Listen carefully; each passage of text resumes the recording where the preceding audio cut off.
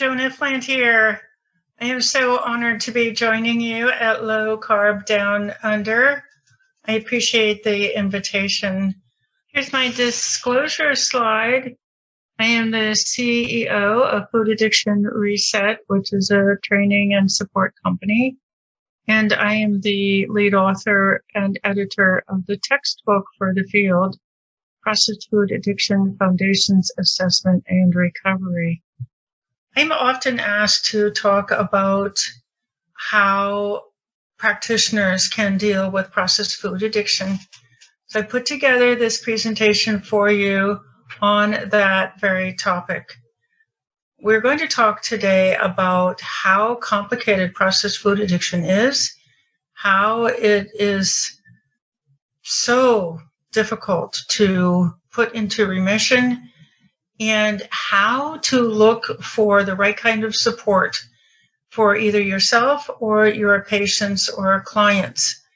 It's very specific, the things that need to be present in order to put a complex addiction into remission.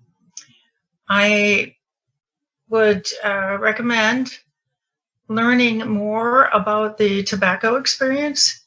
We know that in the 1980s in the United States, the tobacco industry bought 3 big processed food companies, Nabisco, Kraft, and General Foods. And within 10 years, childhood obesity had risen 50%, from 10% to 15%. And within 20 years, overweight and obesity in the United States went from about 45% to over 70%. So knowing that this is an addiction, addictions hyperactivate reward centers in the brain. They control behavior. They turn off the braking system by pulling blood flow away from the rational frontal lobe, and they're incredibly destructive. I know that many of you are frustrated because you know the answer. You know that low carb, clean food plan, clean eating is the answer. And yet your clients, your patients, your friends, your neighbors, even yourself, we're dying. So in the United States, every day, 1,800 people die from diet-related diseases. That's 2 million people every 2 years. The World Health Organization has told us diet-related diseases are the leading cause of preventable death around the world. Why? It's because of the addiction business model that was developed by the tobacco industry and brought to the processed food industry. It's the 5 A's of an addiction business model. It's lots and lots of advertising. It's affordability. It's young age of onset. It's adding addictive substances, hiding them in the product, like sugar, fat, salt, in processed foods, like nicotine, hidden in cigarettes. Availability. So as they were taking out the vending machines for cigarettes, they were putting in snack and soda machines. It's a diabolical business model. It's used for alcohol, for vaping, now for cannabis, certainly for tobacco. The pharmaceutical companies used it to market opiates to doctors. It's an established business model, and it was brought to processed foods beginning in the mid-1980s. So once you know that the barrier, this invisible wall between you and the people that you want to help, is in fact an addiction, a severe addiction in traumatized people, then you know that the once a week office visit is not going to help, the weight loss approach is not going to help, the lectures, the ridiculing, the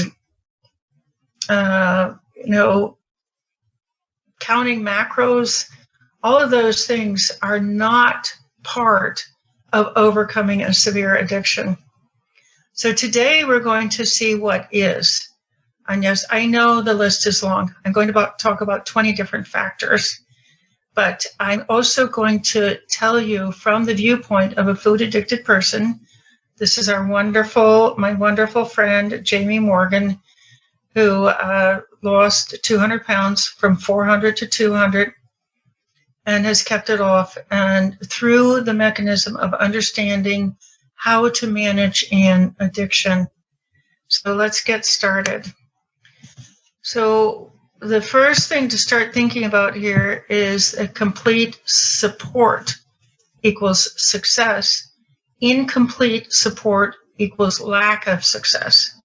So if you have a patient or a client or a friend or a family member or even yourself, and you don't have successful, consistent, long-term control over food, you know that you are trying to overcome a severe addiction with a program that is too weak. There's something missing from your program, and that's it. It's not because you're lazy or because you're self-sabotaging or because you lack willpower. It's because you're in an incomplete program. And you can use this presentation as a checklist. If you're looking at programs, ask these 20 questions. If you are in a program that's not working, look around. Are they missing some of these 20 elements? I'd like to say that you could get away with 10 or 15 of these elements, but you will see why even one of these elements missing can lead to failure to gain control over your food. But just remember, it's not you. It's the program. This addiction is highly complex because it starts very young, because you have addiction merchants operating in the environment, because all the people around us are addicted. It's just a very tough addiction. It's very complicated. It does require a lot of skills. It does require the skills of really building a new life, like many addictions do. But this one involves a lot of different substances, and it's used in every social occasion. So it does require an extraordinary amount of skill acquisition in order to beat it. Just remember that if you have tried 84 programs, you've spent tens of thousands on these programs and they haven't worked, it is not you. The program was incomplete, it was weak, it was missing key elements. And I hope by the end of this presentation, you will stop blaming yourself. If you're a practitioner, that you will stop blaming yourself for not being more effective with your patients. And if you are a patient yourself, for not being more successful with control over food. So that's what we're doing. We're finding out how to fix your support to make yourself successful.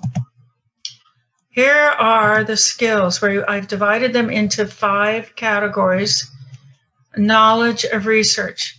You have to understand how the brain is working in order to protect it from toxic messaging and toxic stimulation. You need to know how to manage food in a culture where everybody around you is eating processed foods. You need to know how to manage lapses because they are inevitable. How do you pick yourself up again? How do you avoid blaming yourself? How do you avoid the pain that often accompanies a lapse so that you don't stay stuck in the lapse? You need to know how to create stress-free environments because stress activates the addicted brain cells. People think they're stress eating, they're not. They're addictively eating, and the addiction was activated by stress.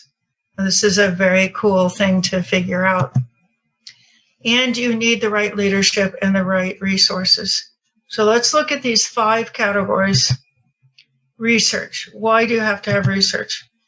You have to be research-based because if you don't know the research, if you're not explaining the science to members, they cannot believe what they have to do. Have to understand the role of big tobacco. Otherwise, the self-blame is so severe, the pain will perpetuate the addiction. Key is understanding how conformance drive works, the role of mirror neurons, and that this is a lifetime commitment. That as soon as you leave your program, the food industry is waiting there to re-addict your brain. So let's talk about what does it mean to be research-based. Have to be looking at studies for what to do, for guidance in what the program is suggesting. Otherwise, you have these individuals who might have an individual experience and they want to generalize from their individual experience, which is just not possible. You can't expect that one person's experience is going to be so similar to what you need that their experience is going to lead you out of this. This addiction is too complicated for that.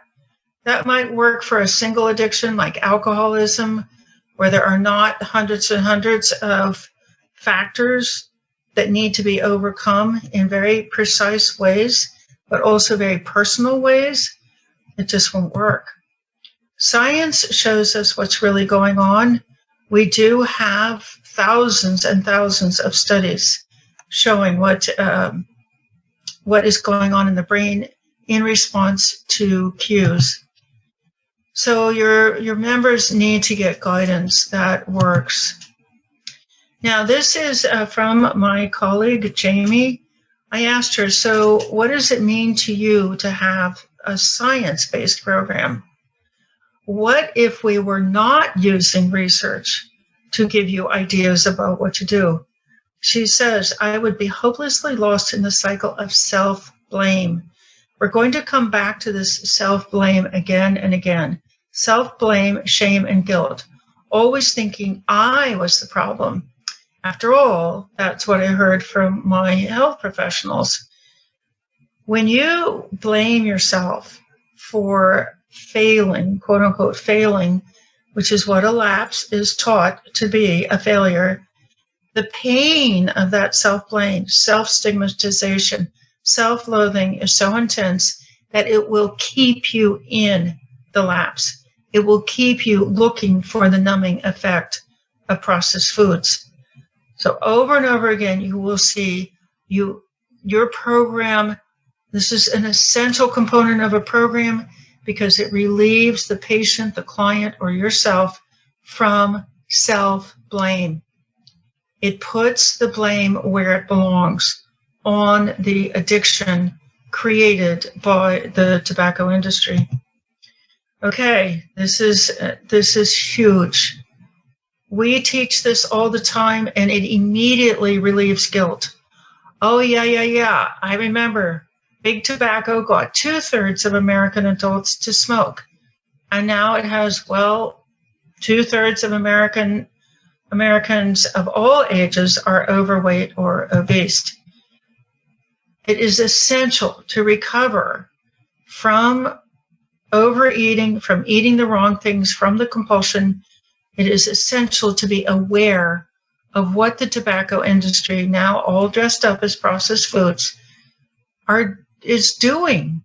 What is the stimulation of the addiction? How is the addiction reinforced?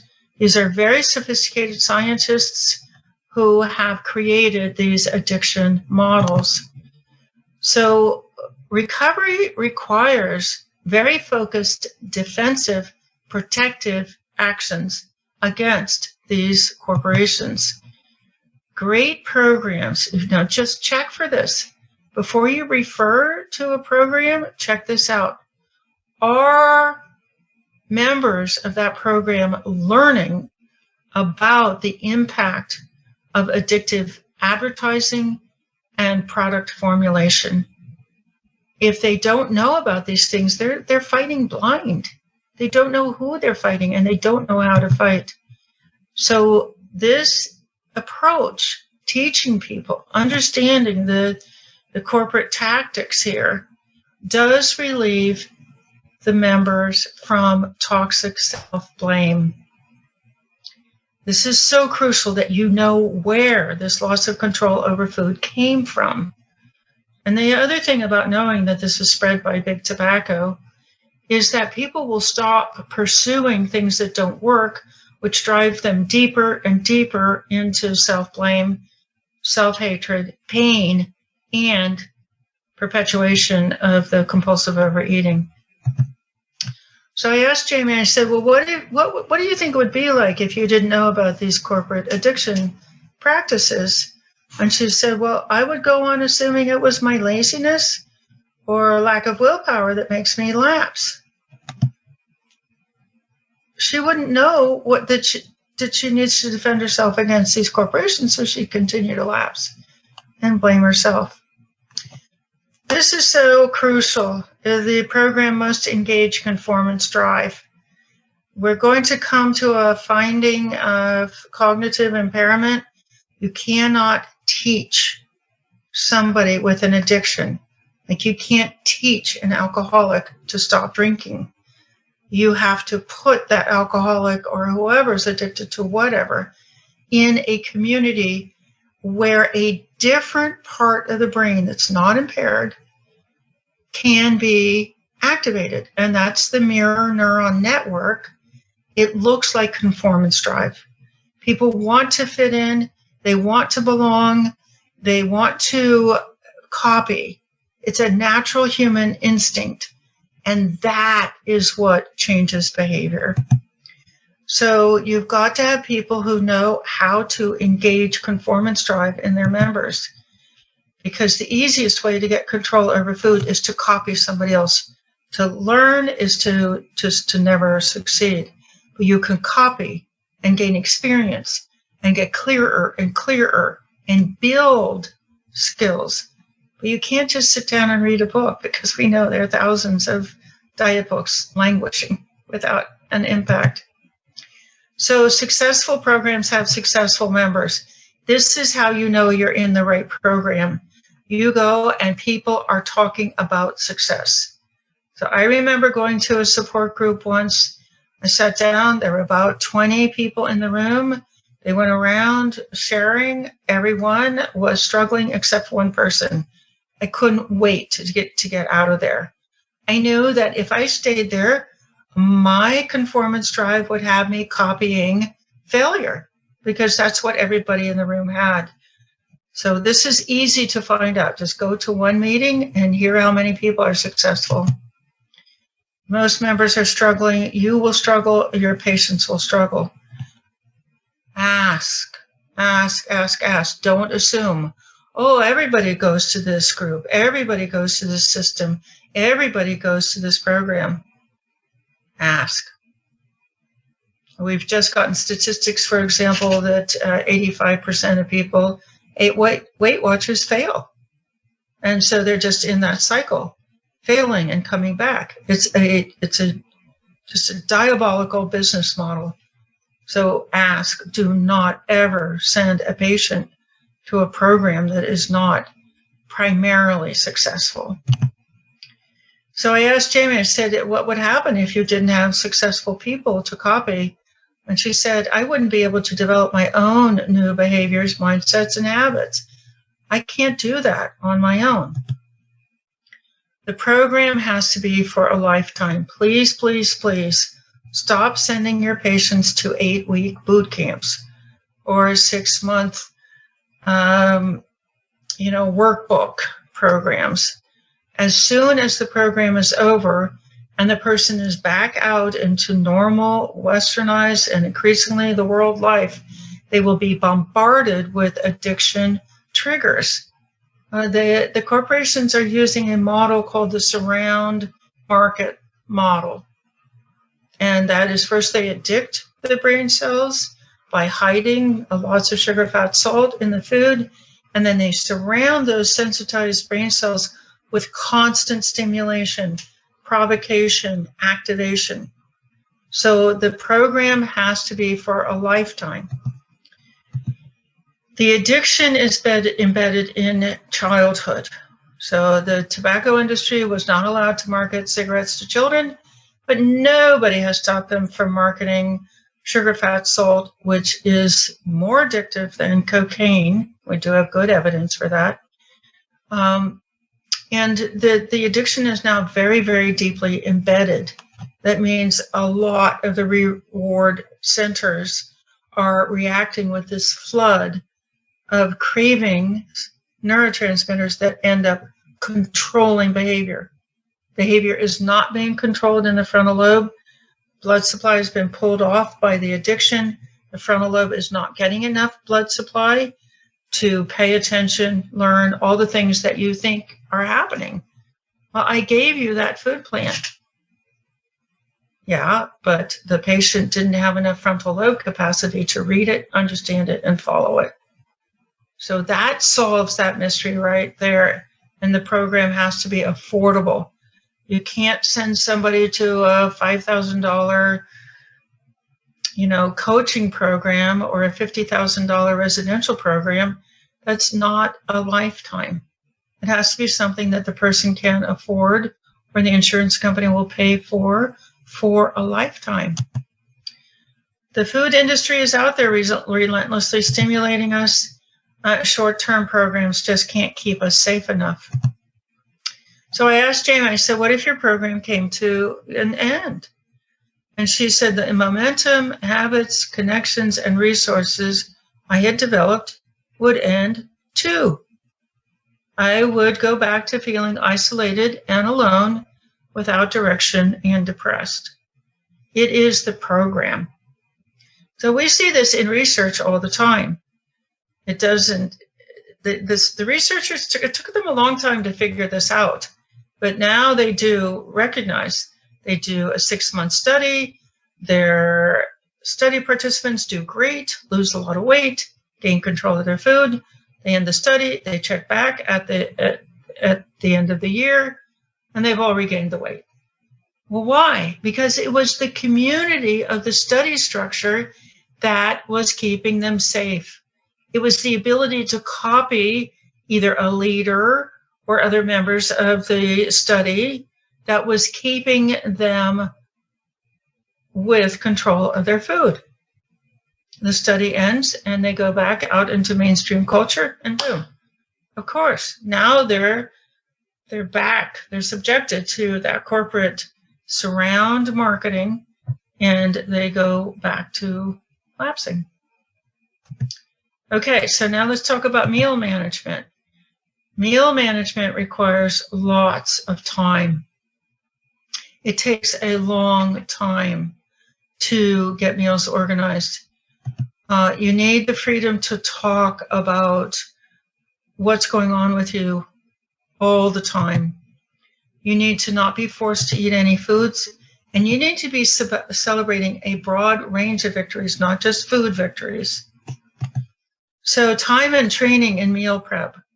You've got to go and find out what are the expectations of the program that you're sending your patients to or that you're going to yourself. If they expect you to you hand them a food plan and they start following it, that is a dangerous program. That will traumatize your patients. There is a withdrawal process. It's 4 to 8 days. There are bumps even in the 20 days, 30 days out. People are lapsing. And if you're in a program that says lapsing is not okay, you have to go to the back of the room. You are traumatizing. You are sending your patients to a program that is traumatizing. It takes a long time to eliminate a long list of different addictive substances. All kinds of sugars are highly addictive, more addictive than cocaine. Processed fats are addictive, flour is addictive, gluten's addictive. Excessive salt is addictive. Dairy is addictive. Caffeine is addictive, and then food additives. You've got to give people a long time to get through that list.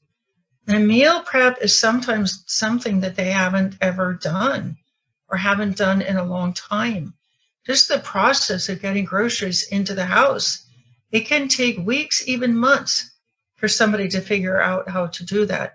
But in the meanwhile, you're lifting them up, you're encouraging them, you're pointing out their strengths, you're pointing out their victories, and they are engaged to the point where they can stay for the number of months it takes for them to get their food organized. The depth of the trauma and the depth of loss over control, the depth of the loss of cognitive function is missed. And when you miss that, you humiliate the patient by asking them to do something that they are not able to do, which is like start to follow a food plan. Members need training to personalize their meal plans. We teach a lot of rotation of foods so that you eat a different protein each day of the week. You eat a different fruit, a different vegetable, a different fat, starch if you're using starch, so that people can learn what clean foods they're allergic to. This is key, because eating an allergic clean food can send you into a lapse. And we say all unprocessed food plans are welcome. Not everybody can handle any one particular food plan, whether it's keto, paleo, low carb. Not everybody is suited to one of those food plans. And so this is so key. Please, please, please ask before you send a patient into a traumatizing situation. Ask, how long do you give your members to get their food organized? And do you treat them like second-class citizens while they are getting their meals organized? And the only answer that works is there is no time limit. We will be with them, supporting them, cheering them on for however long it takes them. That is the only acceptable answer. All right. You've also got to look at the food plan of whatever you're sending your patient to. Every food plan I've ever seen has addictive substances on it, and you've got to ask for their food list, like what is excluded. And if you see things like gluten, or you don't see excessive salt excluded, then your patient is being asked to get control of their food while they're being given addictive substances, and that does not work. So I asked Jamie, I said, if you were pressured to organize your meals too quickly, what would that do for you? She said, I would feel overwhelmed and decide that it wasn't worth doing anything at all. So I've seen this. People come in and they want to quit. Well, why? Why do you want to quit? Because I'm not eating clean. Well, give yourself some time. Oh, I'm allowed to have time? And then they can stick with it. People will say, now that I am in control of my process, I can stick with it. Nobody's pushing me. Under those circumstances, I can stick with it. It takes months. It takes years. They need to be able to feel secure, feel celebrated, and be in the process, or maybe not even started yet. I recently had a member tell me that they had been in the program for 5 months before they could actually start working on their food. They had to know that this program was going to treat them with respect no matter what before they could start the very scary process of changing out their food and eliminating these old friends. So Jamie went on to say, I can't stand the thought of failing again, so I might as well not even try. If you set the bar too high, that person will know right away that they're going to fail and they will quit. Why should they try? This is also crucial. Many programs tell their members that they're not allowed to talk unless they're eating in some very particular way. A must-have is that members are always cherished and respected no matter what.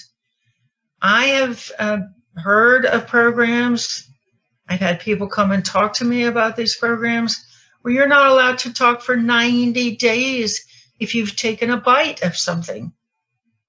That is draconian, not necessary, mean, traumatizing, humiliating, make sure that you are not sending your patients to a program like that. Members need to be able to talk about whatever, whenever. Now, we do have some restrictions where they can't talk about religion, sex, politics, body shape, medical procedures, supplements or medications, or specific foods, because those are stressful to other members. So we do have some limitations, but if somebody needs to talk about one of those things, then they can come to one of our leaders. Silencing a member is humiliating. All topics are relevant. You know, it's just like a program that doesn't let you talk about relationships is not going to work. Relationships are big triggers. Stress is a big trigger. Jobs are big triggers. So if you're in a program that says you can only talk about food, just say thank you very much and move on. So I said to Jamie, what if you weren't allowed to talk when you needed to? She said, I would be the darkest, saddest version of myself. I would be alone, separated, ashamed, feeling like no one can know or relate to my darkest food secrets. You've got to be able to talk. So ask that question. Are there some circumstances under which members are not allowed to talk in meetings? This is shocking, but you've got to ask this question. Will my patient be forced to eat foods that they don't like or that they're allergic to?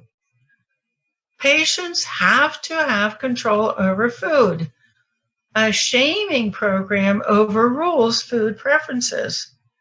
Like I remember somebody asking me about, they wanted to go to a residential program. Their insurance company had approved the expense, and they wanted to make sure that the program would respect their desire not to eat processed foods. So, I gave them the food list and make sure that you're not going to be required to eat these foods. So the facility agreed. The person showed me the email. No, we won't make you eat anything. Well, that was good for 1 week out of a 5-week program. And then in week 2, they started manipulating her. Well, we did it your way for this week. Why don't you do it our way for this week? Let's at least take turns. Isn't that fair? So they started guilting and manipulating her and shaming her to get her to eat processed foods. Processed foods are incredibly, incredibly destructive. Make sure before you send somebody to a program that they're not going to be shamed if they don't want to eat processed foods. Members' preferences need to be respected. Members need to get training in research about foods, what processed foods do. So I said to Jamie, if you were forced to eat foods that you didn't like or that you were allergic to, she said, well, maybe I'd do it for a few days, maybe even a few weeks, but then I would fall off the wagon again. Or maybe I'd hang on for even longer, white knuckling my way through and being miserable. The point of going into recovery is to be happy. If you're having to hang on because you're being forced to eat provocative, stimulating, addictive substances, you're not getting better. That's miserable. You've just got to ask whether there are any foods that your patients will be required to eat. All victories are celebrated. This is a very subtle thing. A must-have is recognition, and there are 140 diseases associated with processed foods. But there are programs out there that only reward abstinence and weight loss. And so they're not sufficiently motivating. I mean, we talk about all kinds of mental, emotional, physical, behavioral, relationships, jobs, energy, activities. We talk about all the things that get better when you're in recovery from a severe addiction. It's a very, very joyful place. Processed foods harm us in over 100 ways. So you've got to ask, What are your criteria for celebration? And if they start talking about abstinence, you are in the wrong place. As we know, abstinence can take years. Lapsing is normal. Or if they're celebrating consecutive days, consecutive months, consecutive years of abstinence, you're in the wrong place. You need to be able to talk about blood work numbers and energy and all the other, just dozens of things that get better. So I asked Jamie, I said, if you had to ignore most of your victories and only talk about abstinence and weight, what would happen? And she said, I would begin defining myself by whether I was abstinent that day, week, month, or not. I would lose motivation from focusing on the wrong thing. And I would also add here that we define ourselves as wonderful, healthy, vibrant, capable, energetic. And if you have lost all those self-definitions, all that power of that self-identification is lost. If you're just narrowed it down to a number on a scale and whether or not you've had, an extra bite of something or other, that's a sad existence. You really want to be aware of all your power.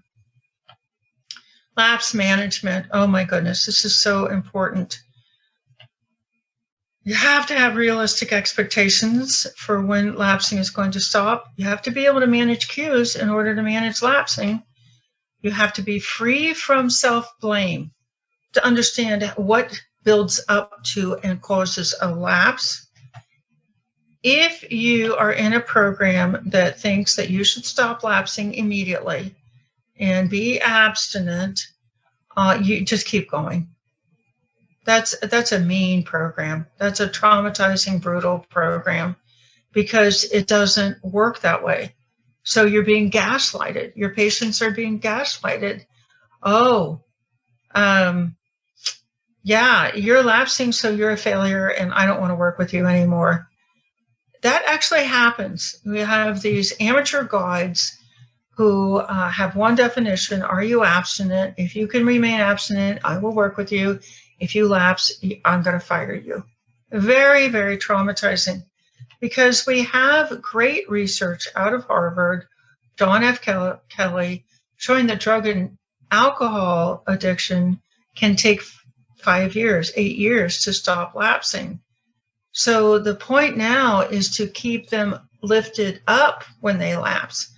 When you lapse and you've stumbled and it hurts, the last thing you want is a program that's going to squash that person by saying, you failed. No, you want a program where the leader is going to say, I'm sorry, this is so hard. I know how much that hurts. I've been there too. Let's just talk about getting you back on your feet. And do you have some clean food in your house? And I am going to be there with you, at least virtually. This is supportive. This will move the person out of the lapse, especially if your leader is trained to say, it's not your fault. You didn't ask to have this addiction. You didn't ask to be given an addiction as a small child to a lot of different substances. I'm sorry, this is so hard, but I am going to help you. I'm going to stay right here with you. Just ask what happens when people lapse in the program. So it's a lot of compassion. The leaders have to be trained in compassion, and you've got to really reduce the emotional impact of the lapse. People, if they go into self-blame, self-hatred, it's so painful they will just keep eating. But if they have a kind person who can look them in the eyes, even over a screen, then that hurt person can get back up. They can treat themselves with kindness. You've got to ask, what happens if somebody lapses in your program? We say lapses are only as upsetting as a mosquito bite. Yeah, you work like heck not to be bit by a mosquito. But if you are, you put some lotion on it and you carry on. So we're working very hard to take the emotional, the self-blame out of a lapse. So I asked Jamie, if you were expected to stop lapsing on an unrealistic schedule, she said I would lapse more often because I would be stressed.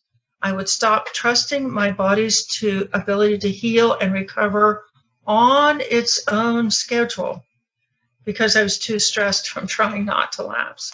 You're putting a burden on the person that is too heavy for them to carry. Cue management. A must-have is training in cue management. Why? Because cues are why people relapse. So if you don't know what a cue is, how to avoid it, how to train your brain not to react to it, you're going to be lapsing.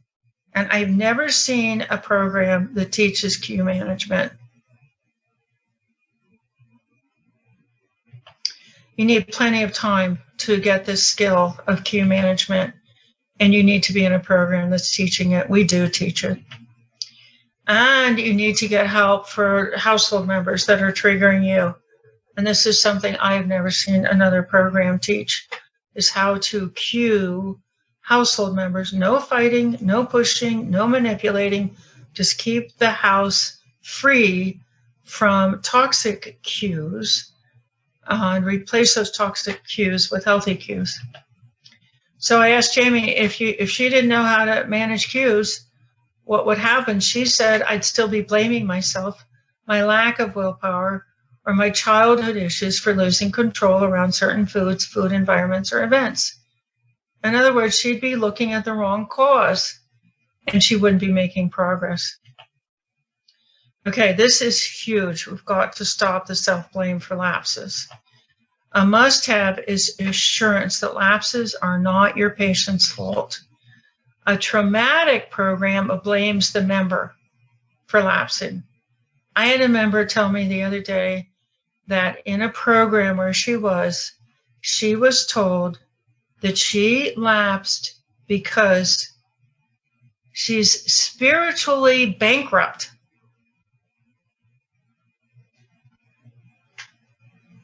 You know where that sent her right into the food. So you've got to like really work on this self-blame concept. Lapsing is normal. We're going to fight like heck to understand why it happens. We're going to back up the process and look at the cueing. But the key thing is to realize it is a force outside yourself.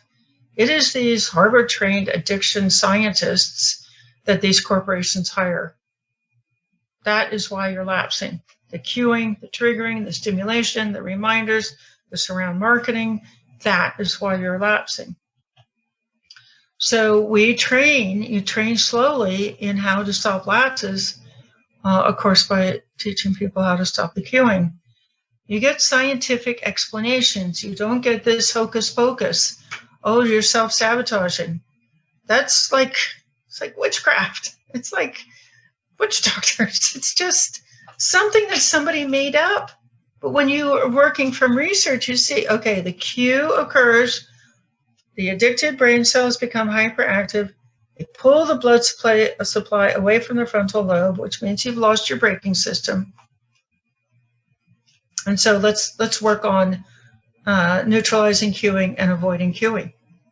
It's friggin' miraculous, especially if you're in a group of people who already know how to do that. Then the new member just hangs out, listens, does a lot of listening, and just visual contact with people who know how to do this. Boom, they're doing it. Conformance drive is incredible. And we get people all the time in the world. So they lapse, they say, I give up, I can't get this. I say, no. You just need more time. You will get this. The lapses become shorter and they become less frequent gradually over a long period of time. And once they get that picture, then they can stick with it long enough to reprogram enough brain cells that they can begin to get control. So I asked Jamie, I said, what if you blamed yourself for lapses if you didn't know? She said, I give up. because I feel like there's no way out of the lapse cycle, so why try? And a lot of patients give up. They get sick all over again because they don't know how to stop the lapsing. All right, stress-free environments, absolutely essential because, as we said, stress activates the loss of control, the addiction. You need an immersion program. You need to be able to find support between meetings. You need to be able to talk about any problem, and you need your own control over your time and what actions you're ready to take. So frequent online meetings for immersion. It took hours and hours of food industry, advertising, availability, affordability, hours of immersing you in their addiction business model. It is going to take hours of immersion in a clean environment with clean eating, clean thinking people in order to reprogram enough brain cells to consistently have control. It's got to be online. Like, you can't go for years and years, physically get dressed, get in your car and drive somewhere. You need to be able to flick on your program.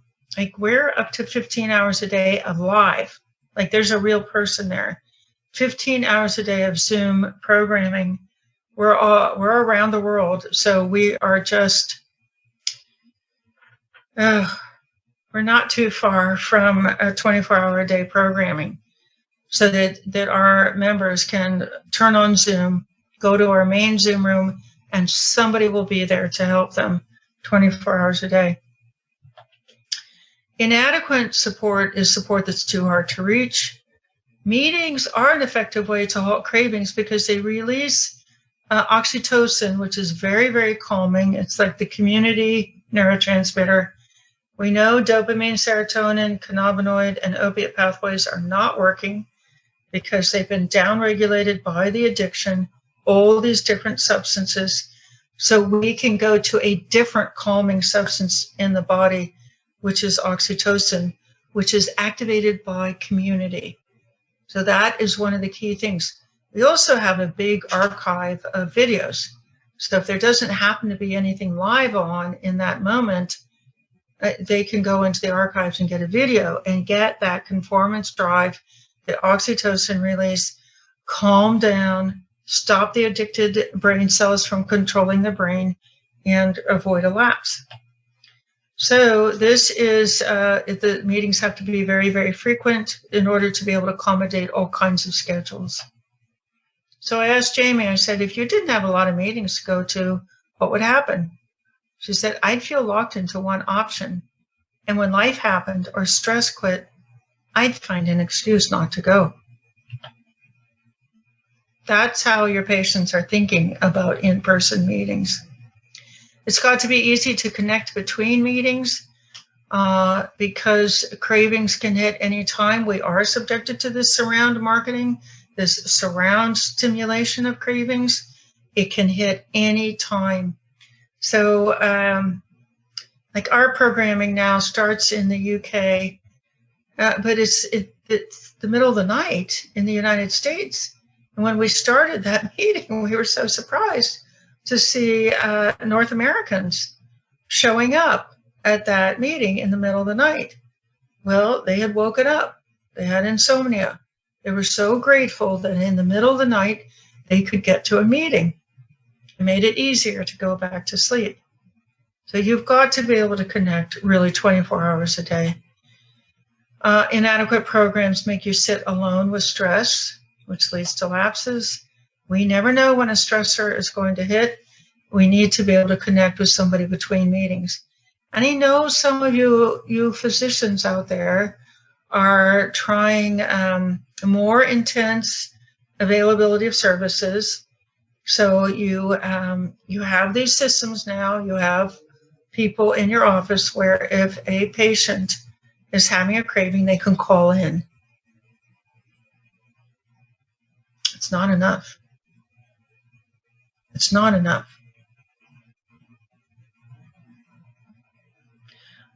It's not fair to say to a patient, well, just call me. We'll work it through. The craving will stop. No, because I can tell you as soon as they hang up the phone, 15 minutes later, that stressor could be back, and they're too embarrassed to call again. But you can anonymously flick on a Zoom screen and be in a meeting, and that will work. That's enough people. That's enough conformance engagement. You need the conformance engagement is most effective with 5 like-minded people or more. That's when you get the greatest mirror neuron activation. That's what you need. So I asked Jamie, I said, what would happen if there weren't somebody to talk to between meetings? She said, well, I'd be left to my own devices, thoughts, excuses, and rationalizations, and all of those lead me right back to my addiction. You just don't want to be alone with your addiction. The brain, the part of the brain, those clumps of addicted brain cells are just too powerful. It does change over time. You can retrain those brain cells. It just takes time. So craving prevention. A must-have is training in craving prevention. People need education about the many ways to calm the brain and stop a craving. It's not just spirituality. It's not just mindfulness. It's not just deep breathing. You need lots of different ways. And there are. Research shows there are many options. This is something that each member has to personalize to themselves.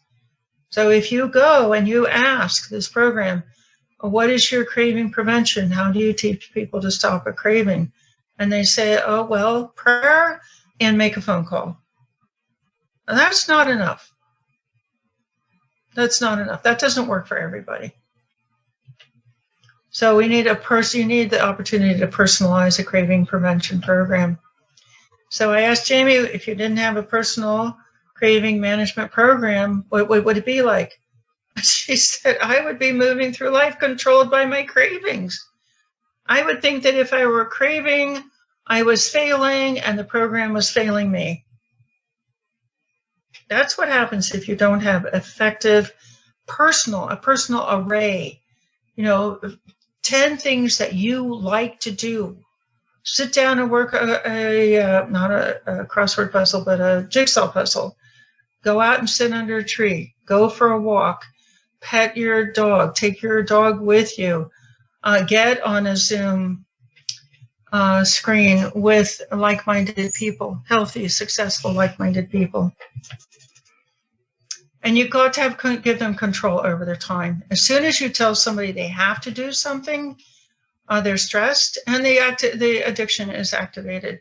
This is quite counterintuitive, but the more space, the less pressure you put on a highly addicted, traumatized person, the more likely they are to gain security, gain trust, gain confidence, and be able to create one doable step and then another doable step.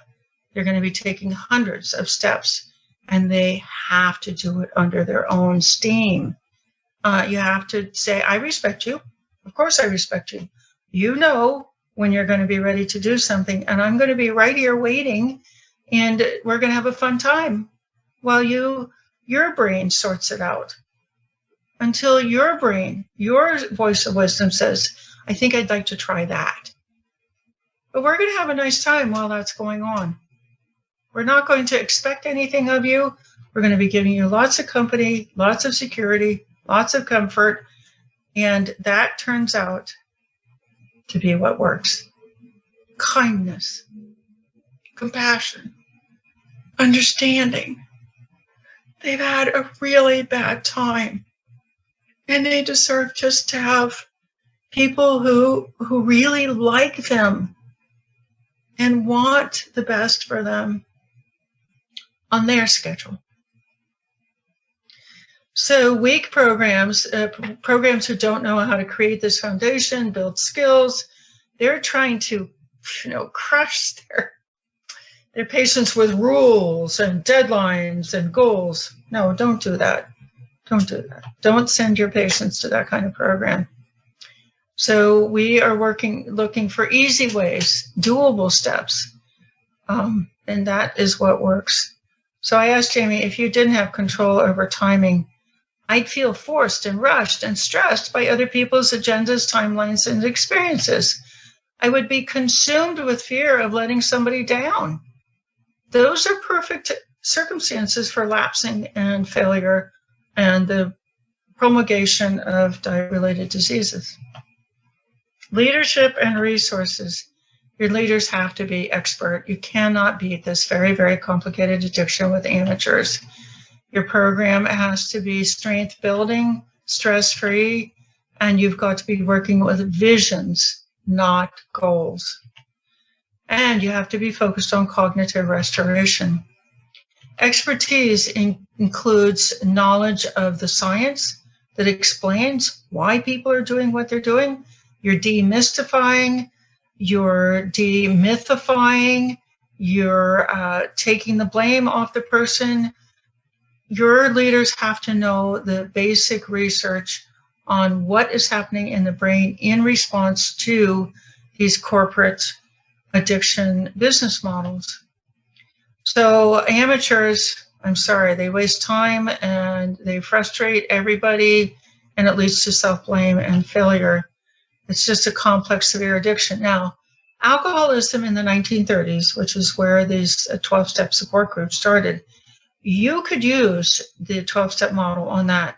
One substance, very homogeneous group, lots of ability to copy, and that program was adequate for that circumstance. But this is very, very different. This addiction is very, very different. Personal experience versus science, it's not going to help. So I said to Jamie, well, if you had to depend on amateur leaders, what would be happening? I would be confused. I'd be skeptical, and I would be misled. I would be failing and blaming myself. It's like you wouldn't go to an amateur for cancer treatment. This is a really complicated mental illness. You cannot expect an amateur to deal with this. So leaders need to be maximizing strengths and reframing negative thoughts, because these patients have the trauma of repeat failure. They need to be built up. So leaders need to be able to recognize dozens and dozens of strengths and speak them back to members. These programs that dwell on character defects, they encourage the person to think of themselves as weak. You have to think of yourself as powerful. If you're going to beat these PhD addiction scientists, the surround marketing, the multiple addictive substances hidden in your food, my experience is that members have to see themselves as very powerful, very capable, very smart, very skilled. You're not going to do that if you're spending a lot of time, dwelling on their defects. No. So ask them, how do you deal with building up the strengths of your members? Or are you spending a lot of time talking about character defects? Just ask. So I said to Jamie, if you were required to dwell on your character defects, I'd be depressed, self-deprecating, and anxious every time another defect popped up. And she told the story of being in a group where she was lapsing frequently.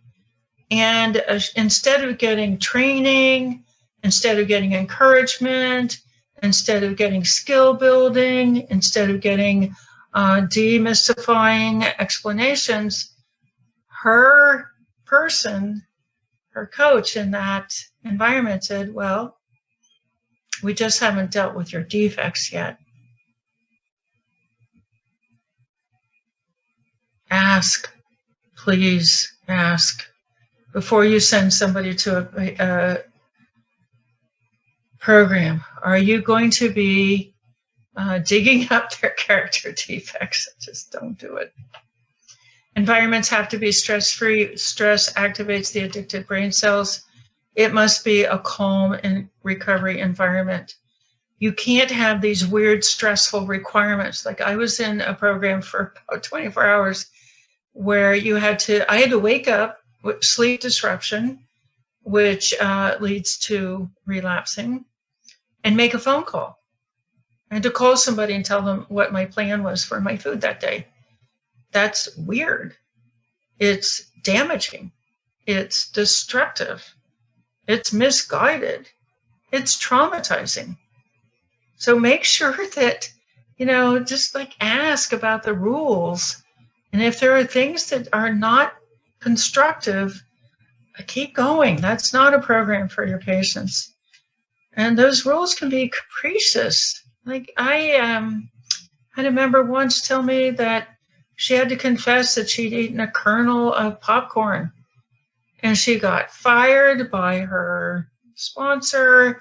She had to go back to the back of the room. She had to be publicly humiliated by taking a new chip. And oh gosh, please just ask about these things. Unworkable advice is stressful. And training, you got to make sure that training and detaching from other people's dysfunction is offered, because other people's dysfunction can just wind up a traumatized, addicted person very quickly. And again, personalized. What's most important to that patient? What do they want to work on first? It's why, like our program, we don't have steps. We have long lists of things that people can work on, but they tell us, I need to fix this relationship before I can start working on my food. Okay, what is it about the relationship? Like, he just says mean things to me. Okay, we can do boundary setting or we can do detaching. What would work better for you? Oh, I would like to be able to detach. Okay, we've got some exercises that you can do for that. So if you were in a program where, nope, step one, got to get off the processed foods, you've got to make these meals. Step one, make the meals, get abstinent. That will traumatize your patient. Don't do that. Okay, so I asked Jamie, I said, if your recovery program were stressful, and oh my goodness, she'd been in a whole bunch of them.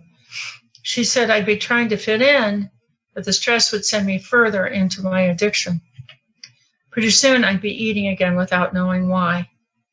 This happens every day to literally hundreds of thousands of people who are in traumatizing support groups. Visioning. So once you set a goal or a deadline, that person is sunk. All they can think about is, I'm going to fail. They have failure trauma in their past, and the stress of that sends them right into the foods. So visioning is quite different.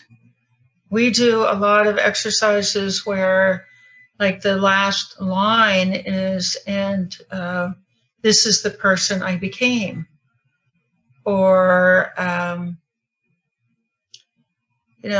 this is the person I want to be.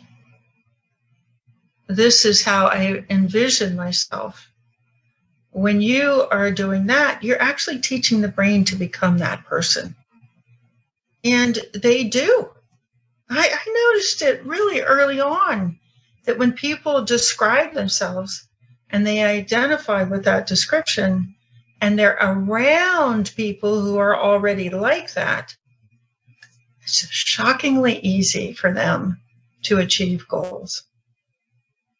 You can't use the goal word, you can't use the deadline word.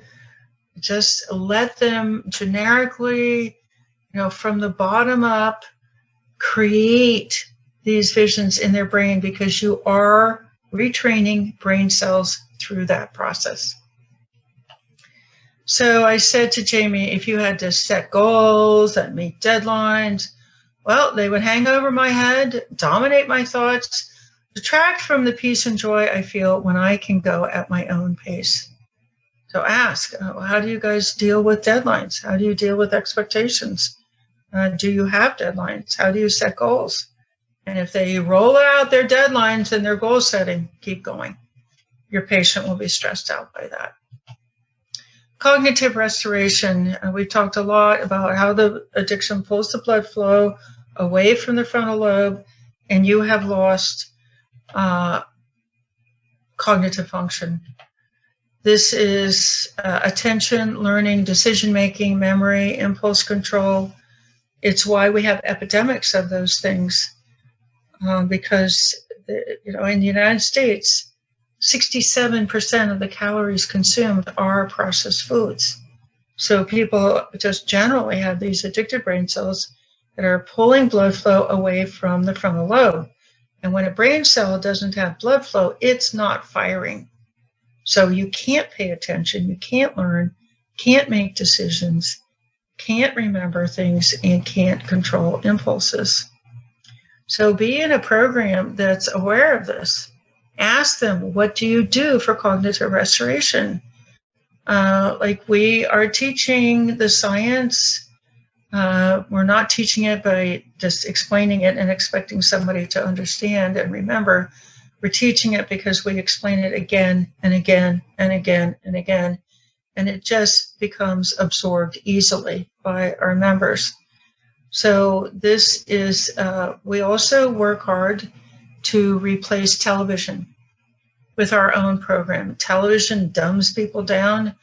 Our programming, which we deliver over Zoom, lifts people up. It's interesting. We're talking about very fascinating aspects of disease. And just by listening, people do improve their attention span and their learning, decision-making, impulse control, and memory, because those are the cells that are being activated in an interesting conversation, and not by television, not by mainstream media, which is all about violence and people doing mean things to each other, eating disordered actors and actresses.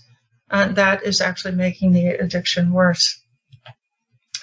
So this is so crucial, because if you don't understand cognitive impairment, the program is not creating doable steps.